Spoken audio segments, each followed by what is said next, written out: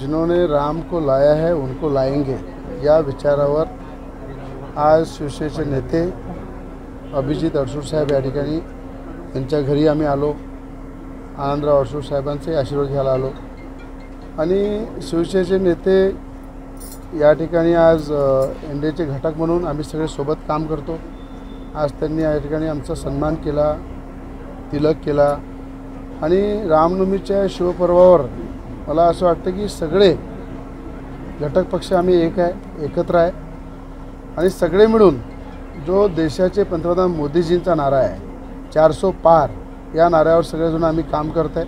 आणि मला वाटतं ते श्री रामनवमीच्या शिवपर्वावर जे आज देशाच्या पंतप्रधानांनी हा दिवस आपल्याला दाखवला, श्री राम भगवंतांना मंदिरामध्ये विराजमान केलं.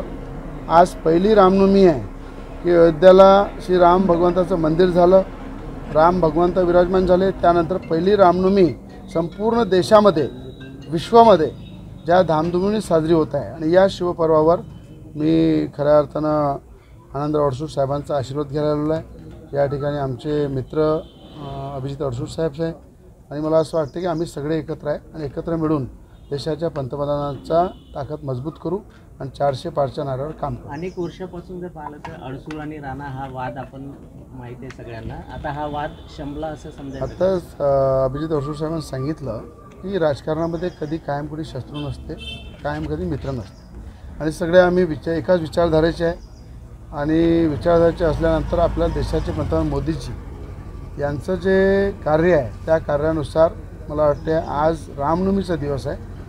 जिसने राम को लाया है उनको लाएंगे हा सगळ्यांचा नारा आहे आणि त्या नाऱ्यावर आम्ही काम करणार आहे. आणि रामनवमीच्या शुभेच्छा तुम्हालाही देतो.